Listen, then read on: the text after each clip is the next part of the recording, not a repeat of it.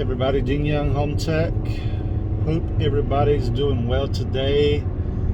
Feels pretty good out, 50 degrees. Feels really good. Had a pretty good day today as far as inspections go. Asheboro this morning, Lexington this afternoon.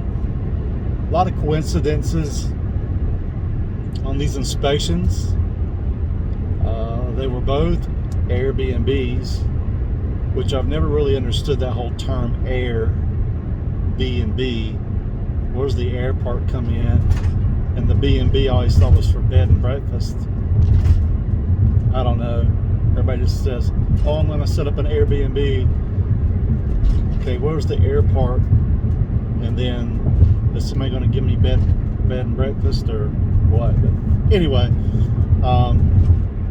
so it seems like both of those were Airbnbs.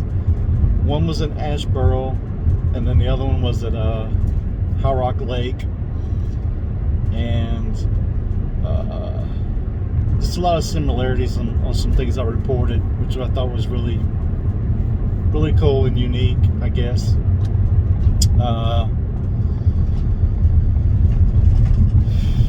Let's see. The one in Lexington, I'm going to have to say, had... Oh, Lord, this dude done spilled this stuff everywhere. Wow. Guy hauling some moldings and stuff in a flatbed truck. They're just like all over the street. Anyway, the Lexington home, I believe, is going to be a bigger report, a lot more reporting issues with that particular property as compared to the morning inspection in Asheboro. So quite a few things to take care of, or I brought attention to on those things. We're a little slow. Obviously, it's the first day of February into a new month. Typically, our numbers increase another half as compared to January. We finished this January doing a couple more inspections than we've done the previous year. And typically, February is when things really start to pick up. And being it's the shortest month of the year, it's a pretty good month for us because we're 2 to 3 days shorter than other months. So, being that we do about 30-something inspections in February, isn't too bad, being it's a short month. And then we move on into March, and then things just really take off. But again, low inventory. Interest rates are starting to go up. So who knows what's going to happen. I really hope that my numbers aren't deceiving me from the past few years, and that things are going to be on track, at least, if nothing else, be where they were last year. Because last year was a pretty good year, and even the COVID year wasn't too bad.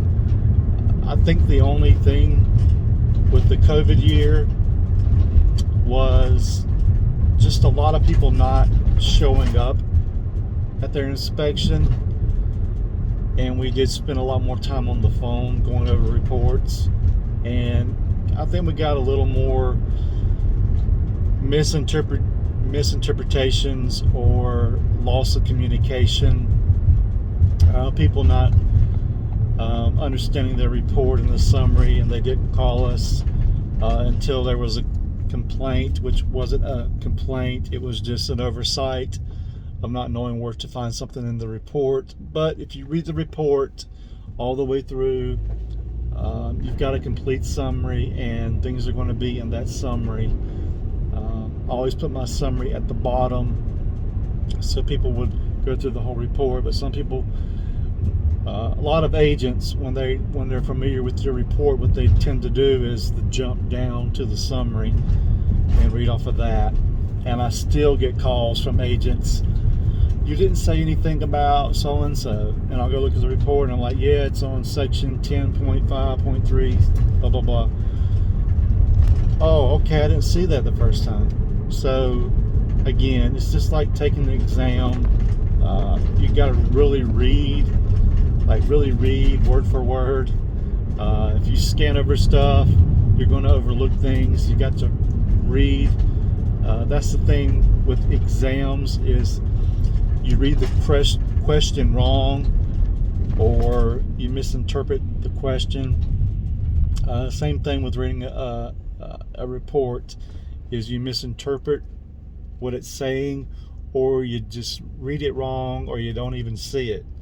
So that's why I have on my heading to read the complete report, or to read the full report. Another thing is pictures. Pictures are not required. Pictures are for examples. Pictures are for illustrations, to give you an idea. We don't have to put in pictures. Pictures are just a courtesy.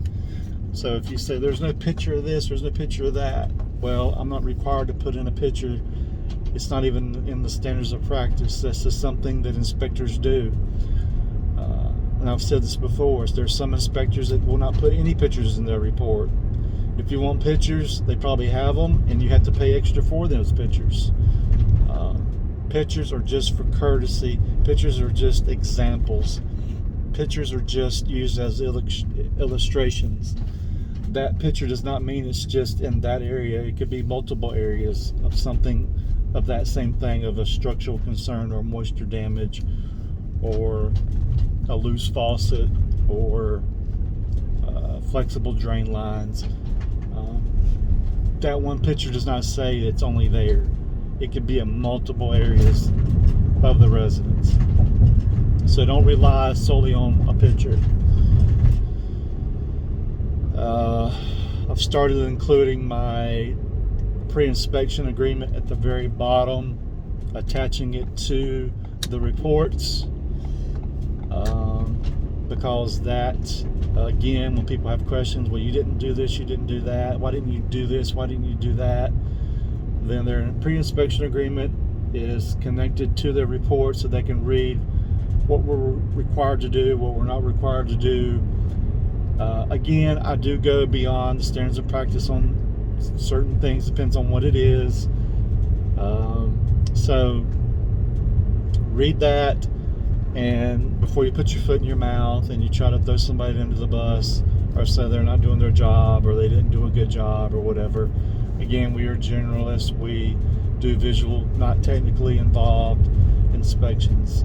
That's where the proper professional comes in.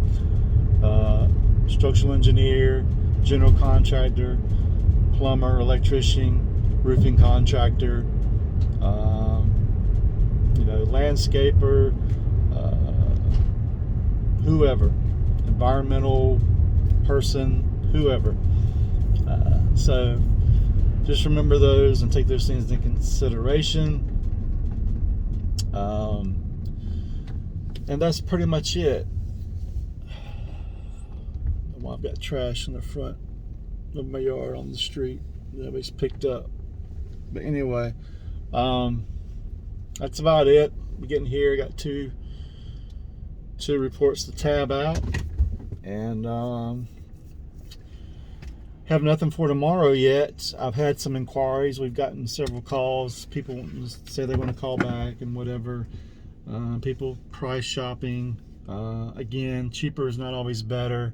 You pay for what you get, and I understand all these inspections and fees and this down payment and that and everything adds up. I get it, but you're only going to pay for what you get, quality wise, and it is what it is. People waiving inspections, and then that $400, $300, $600, whatever, depends on whatever all you want to add to your inspection.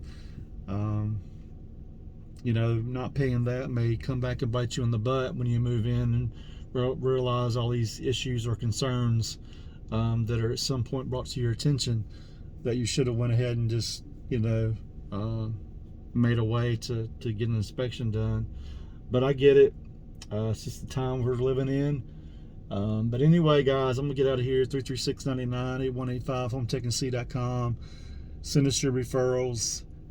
We greatly appreciate you guys. Again, HomeTechNC.com, HomeTechNC.com. You can schedule online. If there's not a time that you see that's available, or if it's not available, just reach out to Vanessa, 336-99-8185, HomeTechNC.com. Thank you.